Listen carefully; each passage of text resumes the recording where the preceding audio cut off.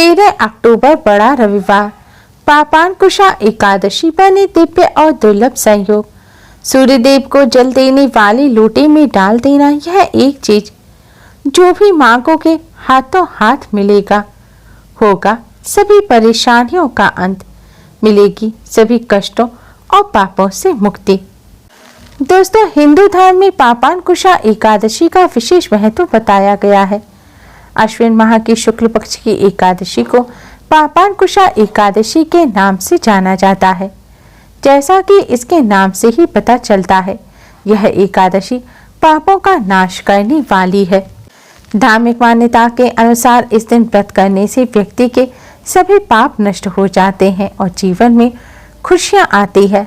पापांकुशा एकादशी को मोक्षदायिनी एकादशी के नाम से भी जाना जाता है। इस दिन व्रत रखने से मृत्यु के बाद मोक्ष की प्राप्ति होती है। पुण्य प्रभाव से मन शांत रहता है और आत्मिक शांति भी मिलती है। इस दिन भगवान श्री हरि विष्णु का विशेष रूप से पूजन किया जाता है। इस दिन भगवान विष्णु प्रसन्न होकर अपने भक्तों पर अपनी कृपा दृष्टि बरसाते हैं। दोस्तों, इस बार पापांकुशा एकादशी रविवार के दिन है। रविवार का दिन भगवान सूर्य को समर्पित होता है, इसलिए इस दिन भगवान लक्ष्मी नारायण के साथ ही भगवान सूर्य का पूजन अवश्य ही करें। रविवार के दिन एकादशी होने से इसका महत्व और अधिक बढ़ गया है, क्योंकि रविवार का दिन भगवान सूर्य नारायण को समर्पित होता है। रविवारी एकादशी के दिन भगवान श्री हरि विष्णु माँ लक्ष्मी जी के साथ ही भगवान सूर्य नारायण का पूजन अवश्य करना चाहिए। यह दिन भगवान सूर्य नारायण को प्रसन्न करने का बहुत ही खास दिन माना जाता है। माना जाता है इस दिन भगवान सूर्य नारायण को प्रसन्न करने से भगवान श्री हरि विष्णु माँ लक्ष्मी जी की भी असीम कृपा प्राप्त होती है। भगवान सूर्य सभी ग्रहों के राजा हैं। माना जाता है जिन्हें सूर्य देव की कृपा प्राप्त हो जाती है, उन्हें सभी ग्रह दोषों से, ग्रह पीड़ा से मुक्ति मिल जाती है। भगवान सूर्य की कृपा के बिना व्यक्ति को उच्च पद, सफलता और मान सम्मान की प्राप्ति नहीं होती। इसलिए जीवन में सफलता प्राप्त करने के लिए, दुर्भाग्य को सौभाग्य में बदलने के लिए भगवान सूर्य नारायण का पूजन अवश्य ही करना चाहिए। आज के इस वीडियो में हम आपको रविवार और एकादशी के इस शुभ संयोग पर करने वाला एक बहुत ही आसान और असरकारक उपाय बताने जा रहे हैं।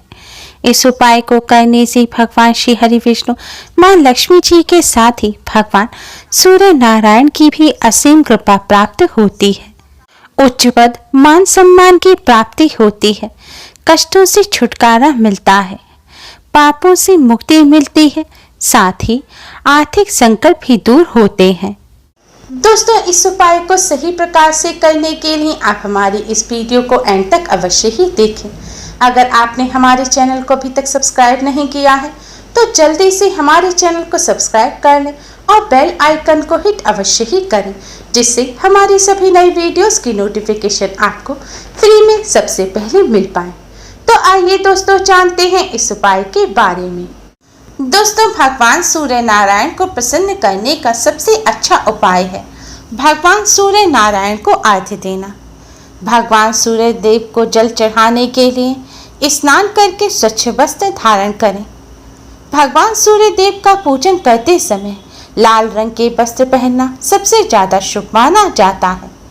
लाल रंग के वस्त्र ना हो तो आप कोई भी और शुभ रंग के वस्त्र पहन लें, लेकिन काले रंग के वस्त्र पहनकर भगवान सूर्य देव का पूजन ना करें।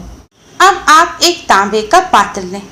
तांबे का पात्र ना हो तो पीतल या स्टील का पात्र ले सकते हैं, लेकिन भूलकर भी प्लास्टिक के बर्तन का इस्तेमाल ना करें। तांबे के पात्र से भगवान सूर्य देव को जल चढ़ाना सबसे ज्यादा शुभ माना जाता है, क्योंकि तांबा भगवान सूर्य देव की धातु है। तांबे के लोटे में आप शुद्ध जल भरें। अगर आपके यहाँ गंगा जल हो तो थोड़ा सा गंगा जल भी आप इस पात्र में अवश्य ही डाल लें। अब इस जल में आप एक चुटकी हल्दी मिलाएं, थोड़ी सी साफ चीनी मिलाएं और अगर पुष्प हो तो 2 लाल रंग के पुष्प भी डाल दें। दोस्तों, ध्यान रखें, एकादशी के दिन चावलों का इस्तेमाल करना वर्जित होता है, इसलिए आज के दिन भूलकर भी भगवान सूर्य देव को जल चढ़ाने के पात्र में आप चावल ना डालें। इन सभी वस्तुओं को डालने के बाद दोस्तों आप भगवान सूर्य देव को प्रसन्न करने की इस सबसे जरूरी वस्तु को जल में अवश्य ही डालें। यह वस्तु है लाल रंग का चंदन। अगर आपके यहाँ लाल रंग का चंदन है तो थोड़ा सा चंदन आप इस जल में मिला दें। अगर चंदन ना हो तो लाल रंग के कुमकुम आप इस जल में अवश्य ही मिलाएं। अब आप जल के लोटे को किसी खुले स्थान पर ले जाएं। आप अपनी छत पर, आंगन में या घर से बाहर किसी खुले स्थान पर जा सकते हैं। खुले स्थान पर जाने के बाद भगवान सूर्य नारायण की तरफ मुख करके खड़े हो जाएं और इस जल के पात्र को अपने दोनों हाथों में उठाकर अपने सिर से ऊपर उठाएं। अब आप भगवान सूर्य नारायण को जल अर्पित करें। भगवान सूर्य नारायण को जल अर्पित करते समय आप भगवान सूर्य नारायण के इस गायत्री मंत्र का जाप करें। मंत्र इस प्रकार है: ओम भास्कराय विद्महे महातेजाय धीमहि तन्नो सूर्य प्रचोदयात्। ओम भास्कराय विद्महे महातेजाय धीमहि तन्नो सूर्य प्रचोदयात्। दोस्तों आपको इस मंत्र का एक बार जाप करते हुए भगवान सूर्य देव को जल अर्पित करना है। फिर आप कुछ सेकंड के लिए रुकें। फिर दूसरी बार इस मंत्र का जाप करते हुए आप भगवान सूर्य देव को जल अर्पित करें। फिर आप कुछ सेकंड के लिए रुकें। फिर तीसरी बार में आप इस मंत्र का जाप करते हुए सारा जल आप भगवान सूर्य देव को अर्पित कर दें।